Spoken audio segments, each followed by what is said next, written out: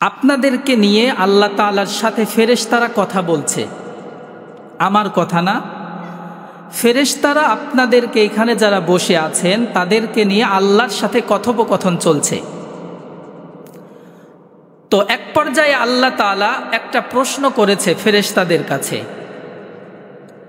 ও আমার ফেরেশতারা, এখানে যারা বসে আছে এই মানুষগুলো আমার কাছে কি চায়? কে জিজ্ঞেস করেছে? আল্লাহ। কাদেরকে? আমাদেরকে না, ফেরেশতাদেরকে জিজ্ঞেস করেছে। এই ফেরেশতা কোনো সাধারণ ফেরেশতা নয়, এই ফেরেশতা বিশেষ একটা বাহিনী। এই বাহিনীর দায়িত্ব হলো ইয়াতুফুনা ফিল আরদ, জমিনে তারা শুধু খুঁজে বেড়াবে আল্লাযীনা ইয়াযকুরুনাল্লাহ, যারা দ্বীনের কথা শ্রবণ করার জন্য বিভিন্ন জায়গায় বসে থাকবে তাদেরকে খুঁজে বেড়াবে। তো খুঁজতে খুঁজতে আমাদের মতো কিছু গুনাহগারকে ফেরেশতারা পেয়ে গেছে। দীর্ঘ হাদিস, আমি পুরাটা বলছি না, সংক্ষেপ করছি।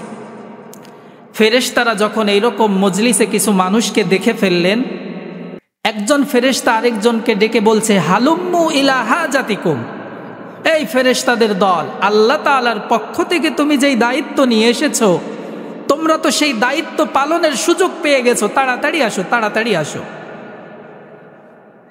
এরপরে আল্লাহ তাআলার রসুলের মাধ্যমে যেটা আমাদেরকে জানিয়েছেন, একজন ফেরেশতা আরেকজনের উপর ভর করে করে ইয়াবলুগু ইলা সামাইদ দুনিয়া, দুনিয়ার আসমান পর্যন্ত, যেই আসমান আমরা দেখতে পাই এই আসমান পর্যন্ত বেষ্টন করে ফেলেছে। জোরে বলুন না সুবহানাল্লাহ। এরকম আকস্মিক একটা ঘটনা দেখে আল্লাহ তাআলা তো সবই জানেন। কি বলেন, জানেন না? আমরা যে এখানে বসে আছি, শেখপাড়ার আজকে তাফসিরুল কোরআন মাহফিল, আল্লাহ তাআলা সব কিছু জানেন। এই জানা সত্ত্বেও এই আকস্মিক একটা অভ্যর্থনা, বিশেষ পদ্ধতিতে যে অভ্যর্থনা আমাদেরকে জানাচ্ছেন ফেরেশতারা, এটা দেখে আল্লাহ তাআলা ফেরেশতাদেরকে লক্ষ্য করে বলতেছে, এমন কাহিনী আজকে কেন? বিশেষ কোনো ঘটনা ঘটছে নাকি? ফেরেশতারা বলছে, আল্লাহ, আমাদের একটা বিশেষ বাহিনীকে আপনি দায়িত্ব দিয়েছিলেন, যারা আপনার আলোচনা করবে, কোরআনের কথা হাদিসের কথা আলোচনা করবে, শুনবে, তাদেরকে খুঁজে বের করতে বলেছিলেন। আমরা আজকে একটা দল পেয়েছি। জোরে বলুন না সুবহানাল্লাহ। তাদেরকে অভ্যর্থনা দেওয়ার জন্য, তাদের সম্মানার্থে আমরা এই পদ্ধতি অবলম্বন করেছি। জোরে বলুন আল্লাহু আকবার। এবার আল্লাহ তাআলা সুযোগ পেলেন, আচ্ছা ঠিক আছে, যেই মানুষকে বানানোর ব্যাপারে তোমাদের অনেক অজুহাত ছিল, দরকার নাই, এরা দুনিয়াতে ফিতনা ফাসাদ বাঁধাবে, রক্তপাত ঘটাবে, এদেরকে বানানোর কেন প্রয়োজন? ফেরেশতারা বলেছিল, মনে আছে তো? এখন আল্লাহ তাআলা সুযোগ পেয়েছেন, তোমরাই তো বলেছিলে এই বান্দাদেরকে সৃষ্টি করার দরকার নাই, তো আজকে কেন অভ্যর্থনা দিচ্ছ? আল্লাহ তাআলা বলছেন, এই বান্দাগুলো কি চায় আমাকে একটু বলো। ফেরেশতারা আমাদের পক্ষ থেকে একটা উত্তর দিয়ে ফেলেছেন। এখন মিলাতে হবে, ফেরেশতারা যেই উত্তরটা আমাদের পক্ষ থেকে দিয়ে দিলেন, ওই উত্তর কি আমার অন্তরের সাথে মেলে কিনা? মেলানো দরকার আছে না? আমরা কি বলেছি ফেরেশতাদেরকে আমাদের পক্ষ থেকে এই উত্তর দিয়ে দাও? তারা যে আগ বাড়ায় দিয়ে দিল। এখন মিলাতে হবে, ফেরেশতারা আমাদের পক্ষ থেকে যেই উত্তরটা দিল, ওই উত্তরটাকে আমার মনের কথা কিনা। দেখেন হাদিসে কি বলছে, আল্লাহ রব্বুল আলামিন যখন বললেন, মা ইয়াকুলুনা ইবাদি, ও আমার ফেরেশতারা, যেই মানুষগুলোকে তোমরা ধীরে ধীরে আমার কাছ পর্যন্ত পৌঁছে দিয়েছ, তোমাদের রহমতের পাখাগুলো একটার পর একটা বিছিয়ে আমার পর্যন্ত নিয়ে এসেছো, আমি তোমাদের কাছে জানতে চাই ওই মানুষগুলো আমার কাছে কি চাই।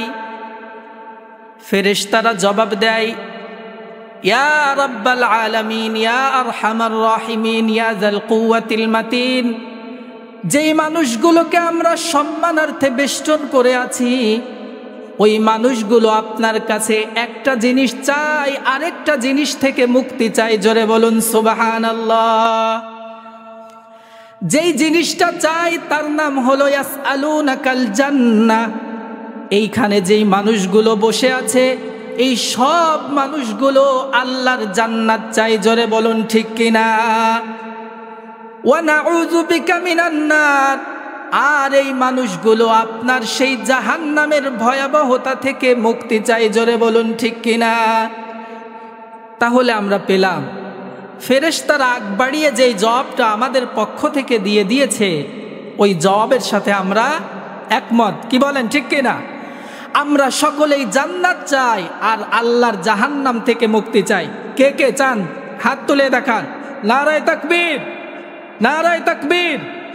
রব্বুল আলামিন এই মানুষগুলো আপনার কাছে কিচ্ছু চায় না, শুধুমাত্র আপনার কাছে জান্নাত চাই আর জাহান্নাম থেকে মুক্তি চাই। আল্লাহ তাআলা আপনার দরবারে কোনো কিছুর ভান্ডার খালি নাই। আপনি যদি আমাদেরকে জান্নাত দেন আপনার কোনো লাভ নাই, আপনি যদি আমাদেরকে জাহান্নাম বঞ্চিত করেন আপনার কোনো লস নাই। সুতরাং আমরা দোয়া করতেই পারি আল্লাহ তাআলা আমাদের সকলকে জান্নাত দান করবেন বিধায় এখানে এনেছেন। জোরে বলুন ঠিক কিনা? সম্মানিত হাজিরিন, কিন্তু যেই জান্নাতটা আল্লাহ তাআলা দান করবেন, হাদিসের মধ্যে ওই জান্নাতের 3টা বিবরণ আছে সংক্ষেপে। বুঝতেছেন তো আমার কথা? আমরা সবাই জান্নাত চাই, জাহান্নাম থেকে মুক্তি চাই। যেই জান্নাতটা আল্লাহ তাআলা আমাদের জন্য প্রস্তুত করে রেখেছেন, রেডি করে রেখেছেন, ওই জান্নাতের 3 কথাই সংক্ষিপ্ত একটা বিবরণ আছে। শুনতে চান তো? বলবো। হযরত আব্দুল্লাহ ইবনে মাসউদ রাদিয়াল্লাহু তাআলা আনহু থেকে বর্ণিত, তিনি বলেন নবী করিম সাল্লাল্লাহু আলাইহি ওয়াসাল্লাম বলেছেন, যেদিন আল্লাহর নবী সাল্লাল্লাহু আলাইহি ওয়াসাল্লামকে আল্লাহ তাআলা মেরাজ দান করলেন, জান্নাত জাহান্নাম দেখানোর জন্য যেদিন আল্লাহ তাআলা মুহাম্মাদুর রাসূলুল্লাহ সাল্লাল্লাহু আলাইহি ওয়াসাল্লামকে আরশে আজিম পর্যন্ত ডেকে নিলেন, আল্লাহর নবী প্রথম আসমান, দ্বিতীয় আসমান, তৃতীয় আসমান এইরকম করতে করতে সকল আসমান শেষ করলেন। এক পর্যায়ে আল্লাহর নবী বলেন, আমি লাকিতু ইব্রাহিম আলাইহিস সালাতু ওয়াস সালাম ফি সামাইস সাবআ, সপ্তম আসমানে গিয়ে আমি হযরত ইব্রাহিম আলাইহিস সালামের সাথে সাক্ষাৎ করলাম। জোরে বলুন আল্লাহু আকবার। ইব্রাহিম আলাইহিস সালাম আমাকে সালাম দিলেন, আমাকে অভ্যর্থনা জানালেন, আমাকে সাধুবাদ জানালেন। শুধু আমাকেই সালাম দেন নাই, বরং ইব্রাহিম আলাইহিস সালাম আমাকে লক্ষ্য করে বলেছেন, ইয়া মুহাম্মদ আকরি উম্মাতাকা মিন্নিস সালাম। ও মুহাম্মদ, তুমি এখান থেকে ফিরে গিয়ে তোমার উম্মতে মুহাম্মাদি যারা আছে সকলকে আমার পক্ষ থেকে সালাম শোনাবা। জোরে বলুন সুবহানাল্লাহ। শুধু আমার পক্ষ থেকে সালাম শোনাবা তাই নয়, বরং আমি ইব্রাহিম আলাইহিস সালাম তোমার অনেক আগেই সপ্তম আসমানে আছি। আল্লাহ তাআলা তোমার উম্মতের জন্য যেই জান্নাতটা রেডি করে রেখেছে, ওই জান্নাতের বিবরণ আমি খুব ভালো করে জানি। সুতরাং আমি তোমাকে বলছি, তুমি তোমার উম্মতকে গিয়ে বলবা জান্নাতটা এই রকম। হযরত ইব্রাহিম আলাইহিস সালাতু ওয়াস সালাম আল্লাহর নবীকে জান্নাতের 3টা গুণের কথা বলেছেন। কয়টা? জান্নাতের 3টা গুণের কথা বলেছেন। 1 নাম্বার গুণ হলো জান্নাত হলো তয়্যিবাতুত তিরবা, অর্থাৎ জান্নাত হলো এমন উর্বর জমিন, যেই জমিনে আপনি যা কিছু রোপণ করবেন, বপন করবেন, সব কিছু খুব অল্প সময়ের মধ্যেই উদ্গত হয়ে যাবে। জোরে বলুন সুবহানাল্লাহ। আমাদের দেশের এমন জমিন আছে যেখানে আপনি যত ভালো গাছই লাগান না কেন, যত যত্নই করেন না কেন, সেখানে গাছ হয় না, ফসল হয় না। কিন্তু জান্নাত হলো তয়্যিবাতুত তিরবা, এমন বরকতপূর্ণ পবিত্র মাটি, ওই মাটিতে আপনি যা রোপণ করবেন, যা বপন করবেন, খুব সহজেই আল্লাহ তাআলা সেটাকে বাঁচিয়ে দিবেন। জোরে বলুন সুবহানাল্লাহ। নাম্বার 2, ইব্রাহিম আলাইহিস সালাতু ওয়াস সালাম আমার নবী মুহাম্মাদুর রাসূলুল্লাহকে জানালেন, তুমি তোমার উম্মতকে জানাবা জান্নাতের আরেকটা বৈশিষ্ট্যর নাম হলো ওয়াজবাতুল মা। জান্নাতের তুমি যেখানেই খনন করবা সুমিষ্ট পানি পাবা, যেই ধরনের পানি তুমি চাও সেই ধরনের পানি উদ্গত হবে। তুমি যদি খাবার পানি চাও খাবার পানি বের হবে, তুমি যদি শরবত চাও সেখান থেকে শরবত বের হবে, তুমি যদি দুধের নহর চাও সেখান থেকে বের হবে। নাম্বার 3, ইব্রাহিম আলাইহিস সালাম বললেন জান্নাতের 3 নাম্বার বৈশিষ্ট্য হলো ওয়াহুয়া কিআন। ওই জান্নাতটা উর্বর জমি ঠিক আছে, কিন্তু সেখানে কোনো গাছপালা নাই। জোরে বলুন আল্লাহু আকবার। একটা বিশাল জমিনের আপনি মালিক, কিন্তু ওই জমিন কোনো বিরান মরুভূমির মতো, কোনো গাছপালা কিচ্ছু নাই। থাকতে পারবেন?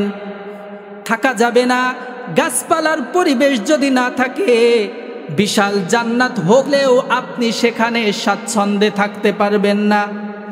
এবার আল্লাহর নবী ইব্রাহিম আলাইহিস সালাতু ওয়াস সালাম আল্লাহর নবীকে জিজ্ঞেস করলেন, তোমার উম্মত হয়তো টেনশন করতে পারে যেই জান্নাত আল্লাহ আমাকে দিবেন, ওই জান্নাতে যদি গাছপালা না থাকে কিভাবে থাকবো? কোনো টেনশনের কারণ নাই। আমি ইব্রাহিম আলাইহিস সালাতু ওয়াস সালাম আপনাকে জানিয়ে দিচ্ছি, ওই জান্নাতে গাছ লাগানোর একটা পদ্ধতি আছে। জোরে বলুন সুবহানাল্লাহ। আপনি একটা জান্নাত পাবেন, জান্নাতে যদি গাছপালা না থাকে থাকতে পারবেন না। তবে টেনশনের কাজ নাই, আপনি দুনিয়াতে একটা কাজ করবেন, আর জান্নাতে আপনার জন্য বরাদ্দকৃত জান্নাতে আল্লাহ তাআলা নিজ দায়িত্বে গাছ লাগিয়ে দিবেন। জোরে বলুন সুবহানাল্লাহ। সেই কাজটা হলো, আল্লাহর নবী বলেন ওয়া আন্না গিরাসাহা সুবহানাল্লাহ ওয়ালহামদুলিল্লাহ ওয়ালা ইলাহা ইল্লাল্লাহু আল্লাহু আকবার। ওই জান্নাতে গাছ লাগানোর পদ্ধতি হলো, দুনিয়াতে তুমি সুবহানাল্লাহ পড়বা, আলহামদুলিল্লাহ পড়বা, আল্লাহু আকবার পড়বা, সাথে সাথে তোমার জান্নাতে 3টা গাছ আল্লাহ তাআলা রোপণ করে দিবেন। জোরে বলছে নাকি? আপনি এখানে বসে একবার সুবহানাল্লাহ পড়েন, জান্নাতে আপনার জন্য গাছ লাগানো হচ্ছে।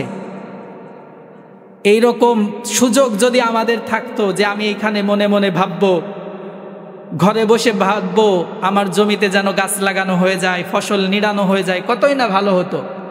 তো দুনিয়াতে তো এটা সম্ভব না, কিন্তু আল্লাহ তাআলা ব্যবস্থা করে দিয়েছেন, দুনিয়াতে জিকির করলে জান্নাতে গাছ রোপণ হয়। জোরে বলুন আল্লাহু আকবার। আরো জোরে বলুন আল্লাহু আকবার। এবার তো বুঝলেন, এখানে বসে একবার সুবহানাল্লাহ আলহামদুলিল্লাহ পড়লে কি হয়। এই সুবহানাল্লাহ আলহামদুলিল্লাহ আল্লাহু আকবার পড়লে আরো কিছু লাভ হয়, বলবো একটু সবাই বলতে হবে, বলবো। হাদিস থেকে আপনাদেরকে শোনাচ্ছি, আল্লাহর নবী বিশ্ব নবী রাহমাতুল লিল আলামিন সাইয়্যিদুল মুরসালিন নবী আমার বলেন, আলা উখবিরুকুম বিখাইরি আমালিকুম ওয়া আযকাহা ইনদা মালিকিকুম। খুব মনোযোগ দিয়ে শোনেন, এমন কথা হয়তো খুব কমই শুনেছেন। আল্লাহর নবী বিশ্ব নবী সাহাবায়ে কেরামকে একদিন এসে বললেন, আমি কি তোমাদেরকে এমন একটা আমলের কথা বলে দিব, যেই আমলটা তোমরা দৈনন্দিন যত আমল করো সব আমল থেকে শ্রেষ্ঠ আমল।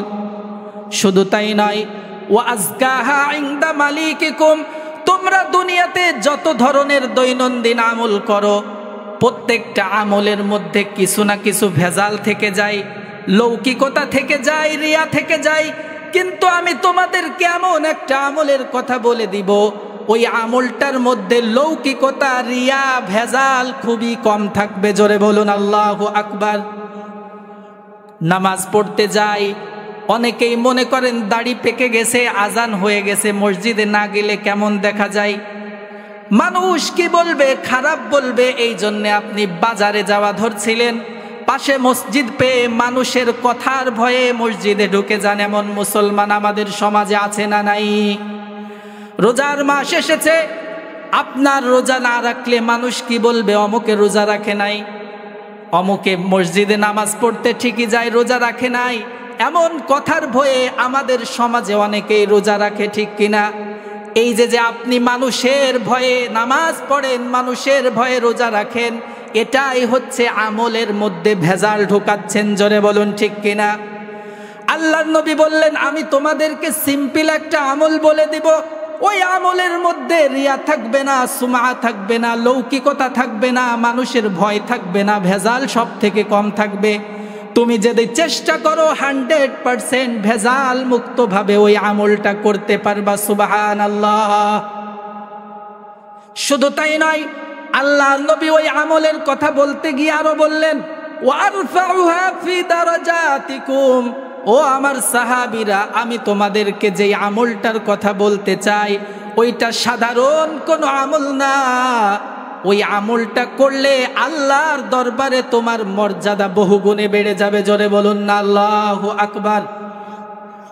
শুধু তাই নয়, আল্লাহর নবী ওই আমলটা এখনো বলেন নাই, শুধুমাত্র বৈশিষ্ট্যগুলো বলছেন, ওই আমলের গুরুত্বটা বোঝাচ্ছেন। হাদিস থেকে বলছি, আল্লাহর নবী বললেন, ওয়াহুয়া খায়রুন লাকুম মিন আন তালকাউ আদুওয়াকুম ফাতাযরিবু আ'নাকাহুম ওয়া ইয়াযরিবু আ'নাকাকুম। ও দুনিয়ার ইমানদার মুসলমানের দল, আমি যেই আমলটার কথা তোমাদেরকে বলতে চাই ওইটা সাধারণ কোনো আমল না, বরং যেই আমলটার কথা বলছি ওইটা এত পাওয়ারফুল আমল, যেই আমল অনেক ক্ষেত্রে শাহাদাতের মর্যাদা থেকেও বেশি মর্যাদা আল্লাহ তাআলা দান করেন। জোরে বলুন সুবহানাল্লাহ। ওয়া হুয়া খায়রুন লাকুম মিন ইতাইয যাহাবি ওয়াল ফিদ্দা। ও দুনিয়ার ইমানদার মুসলমানের দল, যেই আমলটার কথা আমি নবী মুহাম্মদ তোমাদেরকে জানাতে চাই ওই আমলটা স্বর্ণ রৌপ্য দান করার থেকেও বিশেষ ক্ষেত্রে বেশি সওয়াবের ভাগীদার হওয়া যায়। জোরে বলুন সুবহানাল্লাহ। আল্লাহর নবী সাল্লাল্লাহু আলাইহি ওয়াসাল্লাম এখনো আমলের কথা বলেন নাই, শুধুমাত্র বৈশিষ্ট্যের কথা বলেছেন।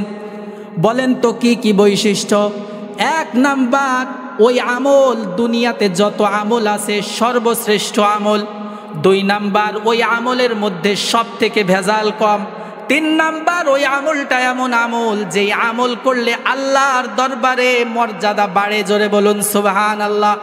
4 নাম্বার, ওই আমল আপনি অভাবী মানুষ, দরিদ্র মানুষ, মসজিদে মাদ্রাসায় মাহফিলে দ্বীনের কাজে সহযোগিতা করার মতো তেমন কোনো সামর্থ্য নাই। আল্লাহর নবী বললেন, ওই অসামর্থ্য ব্যক্তিরা যদি এই আমলটা করে তাহলে স্বর্ণ রৌপ্য আল্লাহর রাস্তায় দান করলে যেই সওয়াব পাওয়া যায় তার থেকেও আল্লাহ তাআলা বেশি নেকি দিয়ে দিতে পারেন। জোরে বলুন সুবহানাল্লাহ।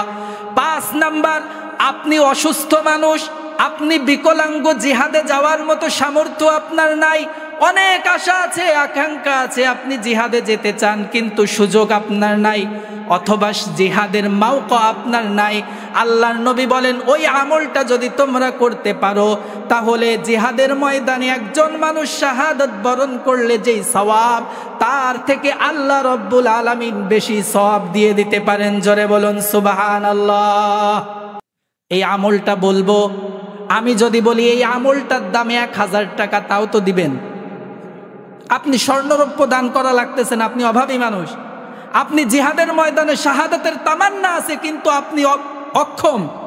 আল্লাহ তাআলা বলছেন শাহাদাতের মর্যাদার থেকেও বেশি মর্যাদা আমি দিব। আল্লাহর কাছে আপনার মর্যাদা বেড়ে যাবে। ভেজাল মুক্ত আমল, এতগুলো বৈশিষ্ট্য থাকার পরেও যদি সেই আমল শিখতে না চান, আমার আপনার মতো হতভাগা দুনিয়াতে আর একজনও নাই। জোরে বলুন ঠিক কিনা? আল্লাহর নবী সাল্লাল্লাহু আলাইহি ওয়াসাল্লাম এবার আমলটার কথা বলছেন। ও আমার সাহাবীরা শুনে রাখো, ওই আমলটা আর কোনো আমল নয়, ওই আমলের নাম হলো জিক্রুল্লাহ। জোরে বলুন আল্লাহু আকবার। আরো জোরে বলুন আল্লাহু আকবার। ওই আমলের নাম হলো জিক্রুল্লাহ, আল্লাহর জিকির। তাহলে আল্লাহর জিকির বিশেষ বিশেষ ক্ষেত্রে শাহাদাতের মর্যাদা থেকেও বেশি মর্যাদা দিতে পারে। ভুল বুঝবেন না আবার। অনেকেই মনে করতে পারেন, হুজুর জিহাদ করার থেকেও কি জিকির করা বেশি দরকার? আমি বলছি বিশেষ ক্ষেত্রে আপনার অন্তরে তামান্না আছে কিন্তু সামর্থ্য নাই, আপনার যাওয়ার শক্তি নাই, ওই সময়ে যদি আপনি জিকির করেন আল্লাহ, আল্লাহ আপনাকে ওই মর্যাদা দান করবে। আপনার টাকা পয়সা নাই, আপনার মনে ইচ্ছা হয় আমি একটা মসজিদ করে দেব, মাদ্রাসা করে দেব, এতিমদেরকে সহযোগিতা করব, কিন্তু সামর্থ্য আপনার নাই। ওই অবস্থায় যদি আপনি আল্লাহর জিকির করতে পারেন, আল্লাহ তাআলা আপনাকে ওই স্বর্ণরৌপ্য দিয়ে যে সহযোগিতা করলে যেই সওয়াব পেতেন তার থেকে বেশি সওয়াব দিবেন। কোনো ঝামেলা আছে এখন? ক্লিয়ার তো?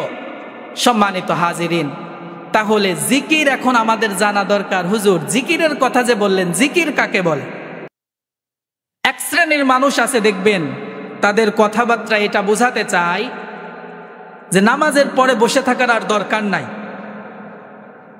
তারাও কোরআন হাদিস থেকেই বলে, কিন্তু মজার ব্যাপার হলো কোরআন হাদিসের যেই আয়াত দিয়ে বলে ওই আয়াতটা আমরের সিগা দিয়ে, নির্দেশসূচক শব্দ দিয়েই আছে, কিন্তু উসুলের কিতাবে আমর আদেশসূচক বাক্য 24টা অর্থে ব্যবহার হয়। তার মধ্যে একটা আছে ইবাহাত, অর্থাৎ বৈধতা। আমরা সবাই জানি ফাইদা কুতিয়াতিস সালাতু ফান্তাশিরু ফিল আরদ, যখন নামাজ শেষ হয়ে যাবে ফান্তাশিরু, দ্রুত বের হয়ে যাও। এই যে ফান্তাশিরু, দ্রুত বের হয়ে যাওয়া, আমি যদি নামাজের পরে আরো 10 মিনিট বসে থাকি আল্লাহ আমাকে গুনাহ দিবে কেন? আল্লাহ যে বলছে তাড়াতাড়ি বের হয়ে যাও। এই যে বের হয়ে যাওয়ার আদেশসূচক বাক্যটা, শব্দটা, এটা ইবাহাত বুঝিয়েছে, অর্থাৎ বৈধতা আপনাকে দিয়েছে।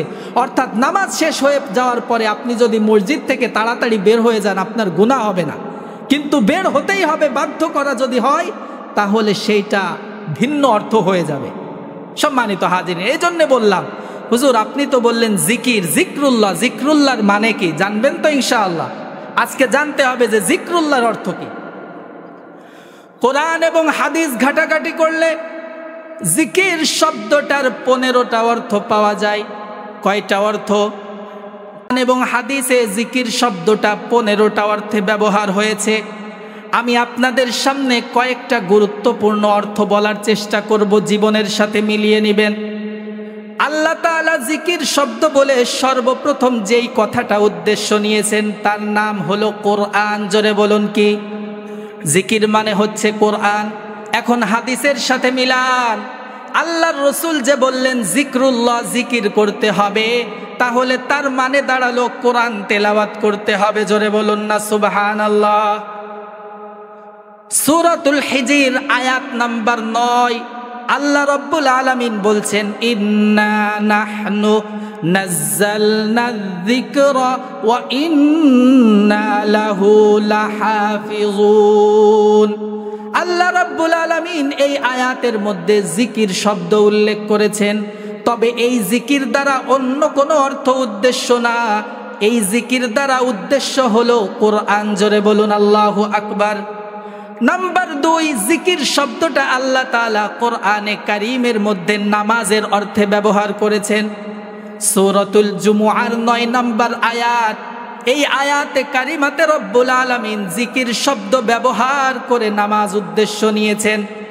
আল্লাহ তাআলা বলছেন ইয়া আইয়ুহাল্লাযীনা আমানু ইযা নুদিয়া লিস-সালাতি মিন ইয়াউমিল জুমুআতি ফাসআউ ইলা যিকরিল্লাহ। জোরে বলুন আল্লাহু আকবার। আল্লাহ রাব্বুল আলামিন এই আয়াতের মধ্যে জিকির শব্দ উল্লেখ করেছেন। যখন জুমার নামাজের আজান হয়ে যায় তখন সব কিছু বাদ দিয়ে দাও, জিক্রুল্লাহর প্রতি, আল্লাহর জিকিরের প্রতি ধাবিত হও। এখানে আল্লাহর জিকির বলতে আল্লাহ তাআলা নামাজ উদ্দেশ্য নিয়েছেন। জোরে বলুন সুবহানাল্লাহ। তাহলে পূর্বের হাদিসের সাথে মিলান, আল্লাহ যে জিকির করতে বলেছেন ওই জিকিরের আরেকটা অর্থ হলো নামাজ পড়তে হবে। জোরে বলুন ঠিক কিনা? নাম্বার 3, জিকির বলে আল্লাহ তাআলা সকাল সন্ধ্যা যে তাসবিহগুলো আছে, ফরজ নামাজের পরে যেই তাসবিহগুলো আছে, সুবহানাল্লাহ, আলহামদুলিল্লাহ, আল্লাহু আকবার, এই জাতীয় আরো যত তাসবিহগুলো আছে সেগুলো উদ্দেশ্য নিয়েছেন। আল্লাহ রাব্বুল আলামিন বলছেন ইয়া আইয়ুহাল্লাযীনা আমানু যকুরুল্লাহা যিকরান কাসীরা ওয়াসাব্বিহুহু বুকরাতাও ওয়া আসীলা। জোরে বলুন আল্লাহু আকবার। এই আয়াতের মধ্যে আল্লাহ তাআলা বলছেন হে মুমিন বান্দারা, তোমরা উযকুরুল্লাহা যিকরান কাসীরা, অনেক অনেক বেশি জিকির করো। এইখানে অনেক বেশি জিকির করার দ্বারা উদ্দেশ্য হলো আল্লাহ তাআলার যে নামগুলো আছে, যে তাসবিহগুলো আছে, ওই তাসবিহগুলো পাঠ করা। জোরে বলুন ঠিক কিনা?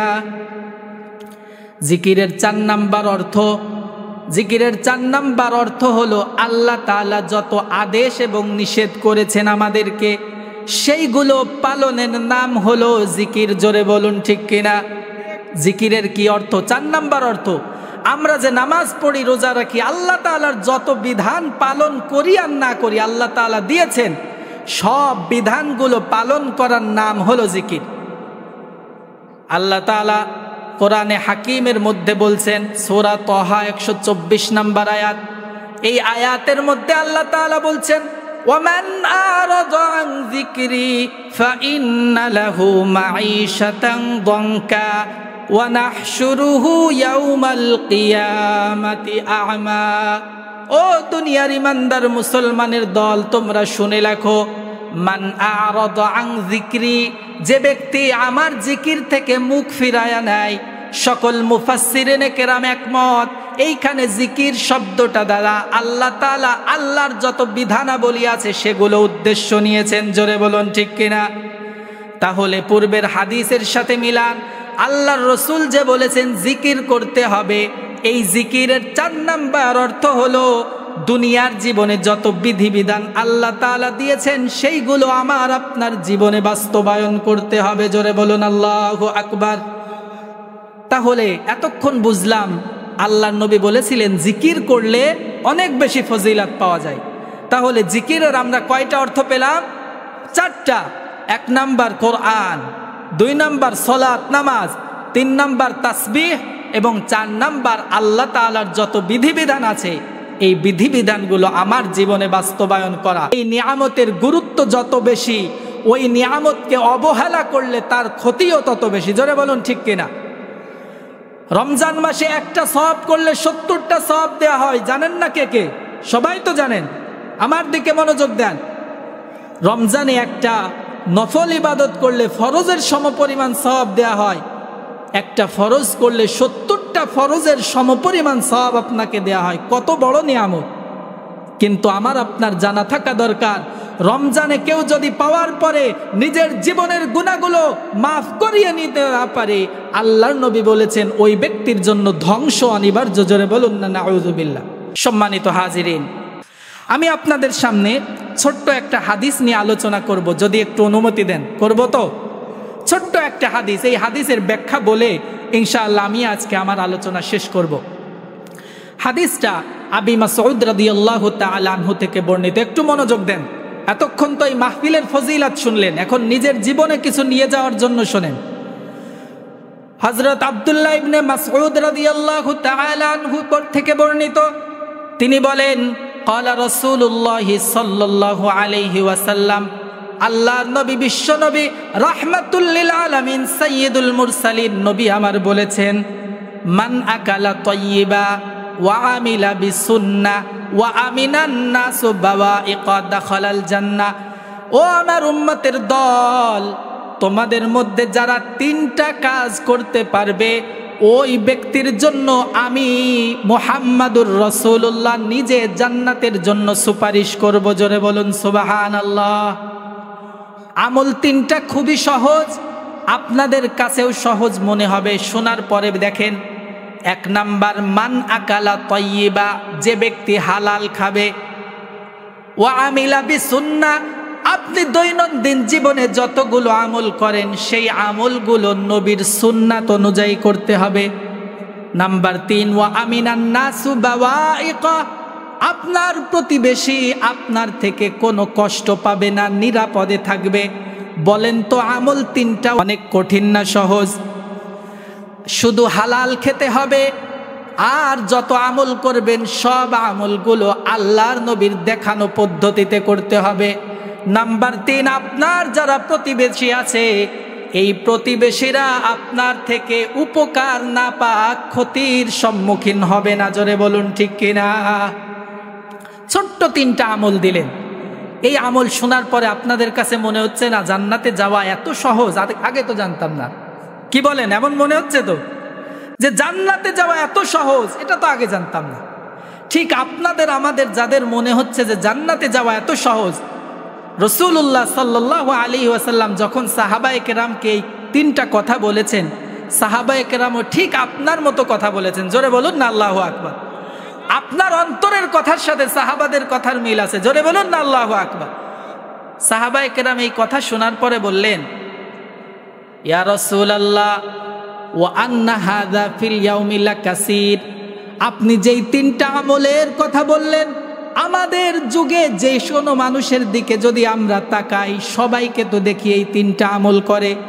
অর্থাৎ সাহাবায়ে কেরাম বলতে চাইলেন, ইয়া রাসূলুল্লাহ, ইয়া হাবিবাল্লাহ, এই তিনটা আমল তো খুবই সহজ আমল। এই তিনটা আমল করলেই যদি জান্নাতে যাওয়া যায়, তাহলে তো জান্নাতে আমরা সবাই যাব ইনশাআল্লাহ। এত সহজ আমল দিলেন, একটু কঠিন কিছু দিতেন। এটা তো আমাদের সমাজে অহরহ সবাই পালন করে, কি বলেন ঠিক কিনা?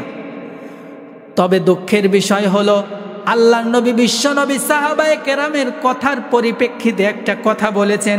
সেই কথা হলো, সায়াকুনু ফি কুরুনিন বাদি, ও আমার সাহাবীরা শুনে রাখো, এই তিনটা আমল শোনার পরে তোমাদের কাছে মনে হচ্ছে এই আমল খুবই সহজ, যে কেউ করতে পারে, যে কেউ করেও। কিন্তু আমার পরে, অনেক যুগ পরে কিছু মানুষ আসবে, ওই মানুষগুলোর কাছে এই তিনটা আমল অনেক অনেক কঠিন মনে হবে। জোরে বলুন ঠিক কিনা? এখন আমাদের কাজ হলো, আল্লাহর নবী যে বললেন আমার পরে একটা যুগের মানুষের কাছে এই তিনটা আমল কঠিন মনে হবে, এই তিন আমলের মানুষ খুঁজে পাওয়া যাবে না। এখন আমরা সার্চ করে দেখব কোরআন এবং হাদিসের আলোকে, যে আসলেই কি আল্লাহর নবীর সেই যুগের মানুষ যার কথা বলেছিলেন আমরা তারা কিনা। আমার কথা বুঝছেন? আল্লাহর নবী যে বললেন যে এক সময় এই তিন আমলের মানুষ খুঁজে পাওয়া যাবে না, এটা কঠিন হয়ে যাবে তাদের কাছে। আমরা কোরআন এবং হাদিসের আলোকে সার্চ করে দেখব আসলে এই আমল কঠিন না সহজ। পারবেন তো ইনশাআল্লাহ? শুনবেন তো ইনশাআল্লাহ? এবার আসেন, আল্লাহর নবী প্রথমে কি বলেছেন? বলেছেন, মান আকালা তয়্যিবা, যে ব্যক্তি হালাল খাবে। হালাল আমরা তো খাই, কি বলেন ঠিক কিনা? আমরা হালাল খাই কিনা? আচ্ছা, রিজিক আমাদেরকে উপার্জন করতেই হয়। আমি কি টাকা পয়সা ইনকাম করে আল্লাহর কোনো লাভ হয় না, আমার নিজের লাভ হয়? আমি যদি একদিন ভ্যান না চালাই, আল্লাহর কোনো ক্ষতি আছে? একদিন যদি আমি ভ্যান চালিয়ে 5,000 টাকা ইনকাম করি, আল্লাহর কোনো লাভ আছে? তাহলে রিজিকের অন্বেষণ আমরা নিজের প্রয়োজনে করি, রিজিকের উপার্জন আমার পরিবার পরিজনের জন্য করি। কিন্তু আল্লাহ তাআলা ফাঁক দিয়ে বলে দিলেন, তোমরা যেই রিজিক তোমাদের নিজের জন্য প্রয়োজন মেটানোর জন্য উপার্জন করো, ওই উপার্জিত সম্পদটা যদি হালাল পদ্ধতিতে করতে পারো, আমি রব্বুল আলামিন খুশি হয়ে তোমাদেরকে জান্নাত দান করব। জোরে বলুন সুবহানাল্লাহ। আল্লাহ তাআলা চাইলে শুধুমাত্র এতটুকুই বলতে পারতেন, তোমরা যদি হালাল খাও তাহলে তোমাদের জন্য ভালো, আর যদি হালাল না খাও তোমাদের জন্য জাহান্নাম, এমনও বলতে পারতেন।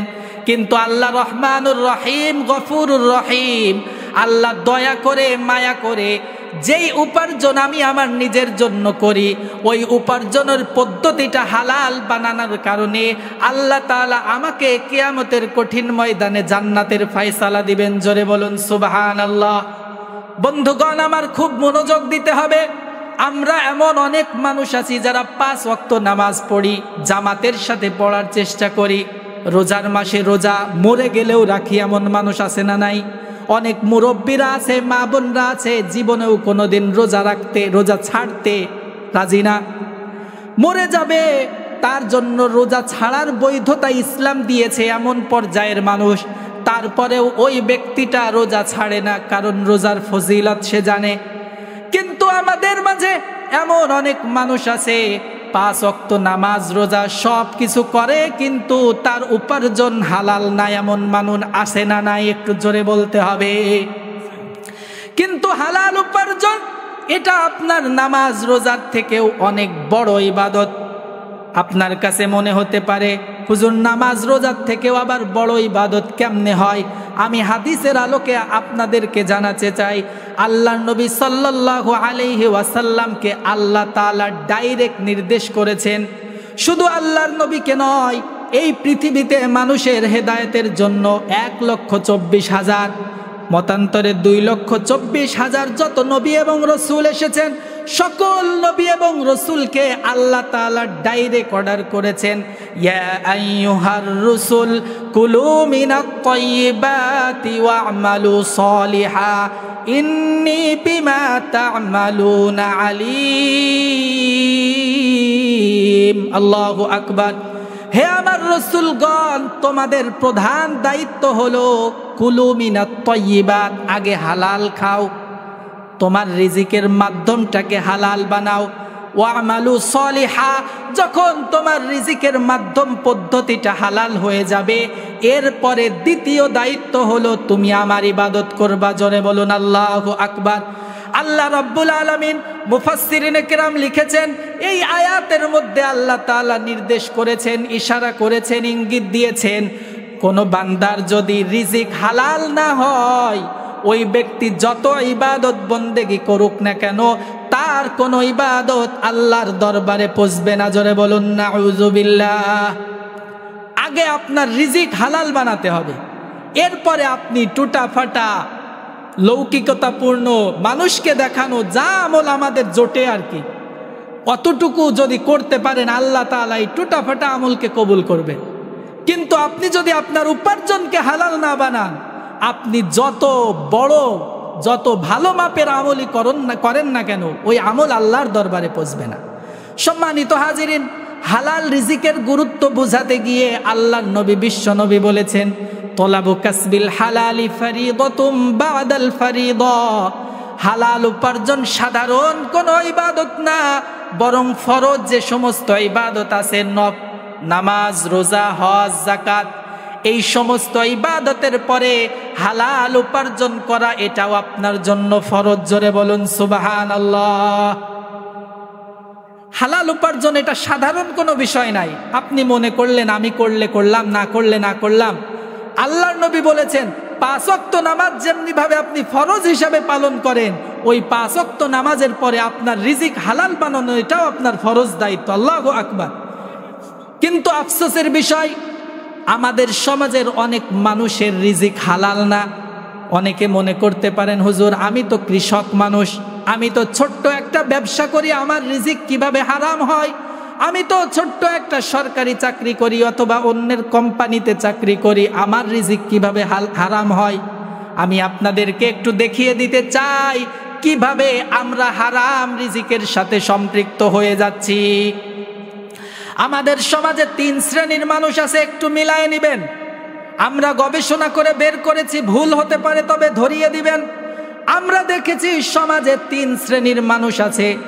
এক শ্রেণীর মানুষ হলো তাদের যে আয় উপার্জন, এই আয় উপার্জন করার পরে কিছু টাকা অতিরিক্ত থেকে যায়, এমন মানুষ আছে না নাই? মাসে 50,000 টাকা তার ইনকাম, কিন্তু খরচ হয় 30,000 টাকা, 20,000 টাকা বেঁচে যায়। এই টাকাটা আমরা এক জায়গায় রাখি। কোথায় রাখি এখন বললাম না, একটু পরে বলছি। দ্বিতীয় শ্রেণীর যেই মানুষগুলো দৈনন্দিন খরচ করার পরে আমাদের স্বাভাবিক অতিরিক্ত কোনো টাকা থাকে না, তবে অতিরিক্ত 5,000 টাকা যদি কোনো জায়গা রাখতে হয়, তাহলে একটা খাত বাদ দিতে হয়। আপনি 15,000 টাকা ইনকাম করেন, টোটাল মাসে আপনার দেখা যায় সমান সমান 15,000 টাকা খরচ হয়ে যায়। আপনি যদি তার থেকে 1,000 টাকাও বাঁচাতে চান, তাহলে একদিন মাছ অথবা গোশত খাওয়া বাদ দিতে হয়। স্বাভাবিক নিয়মে চললে আপনার 15,000ই খরচ। 3 নাম্বার আরেক শ্রেণীর মানুষ আছে, যেই মানুষগুলোর অতিরিক্ত কোনো টাকা থাকে না, বরং প্রত্যেক মাসে কিছু না কিছু ঋণ হয়। আমি যেই 3 শ্রেণীর মানুষের কথা বললাম, দেখেন তো ঠিক আছে কিনা। কিছু শ্রেণীর মানুষ আছে অতিরিক্ত টাকা থাকে, আর কিছু আছে অতিরিক্ত থাকে না, সমান সমান হয়ে যায়। আর 3 নাম্বার শ্রেণী যাদের অতিরিক্ত থাকেও না, বরং তারা আরো কিছু ঋণ নিতে হয়। এই 3 শ্রেণীর মানুষই আমাদের সমাজে হারামের সাথে সম্পৃক্ত। জোরে বলুন ঠিক কিনা। বোঝেন নাই তো, এই জন্য ঠিক বললেন না, বোঝায় বলতেছি। প্রথম শ্রেণী যাদের অতিরিক্ত টাকা থাকে, তারা কোথায় রাখে? ব্যাংকে রাখে। ব্যাংকে রাখার পরে ইন্টারেস্ট নেয়, মুনাফা নেয়, লাভ নেয়, সুদ বলে না। কিন্তু ব্যাংকের যেই সিস্টেম বাংলাদেশে সহ পৃথিবীতে আছে, আফগানিস্তান ছাড়া অন্য সকল পৃথিবীর যত রাষ্ট্র আছে, সব রাষ্ট্রের ব্যাংকের যেই লেনদেন অতিরিক্ত টাকা আমাকে দেয়, এটা হারাম হারাম হারাম। আপনি যত বড়ই হন না কেন, আপনার যত যুক্তিই থাকুক না কেন, ইসলাম বলছে আমাদের দেশে যেইভাবে ব্যাংক পরিচালিত হয়, অতিরিক্ত টাকা দেয়, এটা হারাম। তাহলে আমাদের ধনাঢ্য শ্রেণীর মানুষেরা হারামের সাথে সম্পৃক্ত হলো কি হলো না? দ্বিতীয় শ্রেণীর মানুষ যাদের কোনো টাকা পয়সা থাকার কথা না, কিন্তু মনে করেন ওই পরিবারে একজন বুদ্ধিমতী মেয়ে এসেছে, ছেলের বিবাহ করিয়েছে, একজন শিক্ষিতা নারী এসেছে। ওই নারী মনে করে খেয়ে যদি সব শেষ করে ফেলি তাহলে প্রয়োজনের সময় তো কিছু পাবো না। ওই বুদ্ধিমতী গুণবতী নারী 1000 টাকা স্বামীর পকেট থেকে সরিয়ে একটা ডিপোজিট করে, জোরে বলুন ঠিক কিনা? 1 বছর, 5 বছর, 2 বছর মেয়াদের ডিপোজিট করে। যেই টাকাটা জমা হয় পরবর্তীতে দ্বিগুণ অথবা 3 গুণ ফেরত পাওয়ার আশায় দেয়, জোরে বলুন ঠিক কিনা? যেই মহিলাটাকে আপনি গুণবতী, রূপবতী, বুদ্ধিমতী বললেন, ওই মহিলাটার মাধ্যমে আপনার পরিবারে হারাম ঢুকে যাচ্ছে, জোরে বলুন ঠিক কিনা? 3 নম্বর শ্রেণীর মানুষ, যেই মানুষগুলো সাধারণত কোনো টাকা জমাতে পারে না, ওই মানুষগুলো প্রতিদিন প্রতি মাসে কিস্তি টানে, জোরে বলুন ঠিক কিনা? কিস্তি দিতে হয়। কিস্তি দিলে কি সুদ হয় নাকি? অতিরিক্ত দেয়া লাগে? তো সুদ শুধুমাত্র যে খায়, যে দেয়, যে নেয়, যে লেখে সবার একই গুনাহ। আল্লাহর নবী বলেছেন, লাআনাল্লাহু আকিলার রিবা ওয়া মুকিলাহু ওয়া শাহিদাইহি। এখন চিনি, এখন আর কি চিনি না, ঠিক আছে তো? কিন্তু শোনা তো দরকার। আপনার এই কথাই যদি আল্লাহ তাআলা আপনার অন্তর ঘুরিয়ে দেয়, লাভ না লস? যত তিতা কথা হোক, যত মিঠা কথা হোক, আপনার যদি অন্তর আল্লাহ তাআলা ঘুরায় দেয়, লস না লাভ? একটা কথা আমাকে একটু বুঝাই বলেন তো, আমি যেই 3 শ্রেণীর মানুষের কথা বললাম, এটা তো অনেক গবেষণা করে বের করতে হয়েছে নাকি? আপনি একজন ডাক্তারের কাছে গেছেন, মনে করেন ডাক্তারের কাছে গিয়ে শুধুমাত্র বলছেন, ডাক্তার সাহেব আমার ঘুমটা ঠিক মতো হচ্ছে না, ভালো করে খেয়াল করেন। তো ডাক্তার খুব বিচক্ষণ ডাক্তার, সে ধরে ফেলছে আপনার রোগ কি। আপনাকে বলতেছে আপনার বাথরুম ক্লিয়ার হয় না, আপনার খাবার দাবারে গড়বল, আপনি এইটা খান, ওইটা খান, আপনার এইটা খাওয়ার প্রতি আগ্রহ।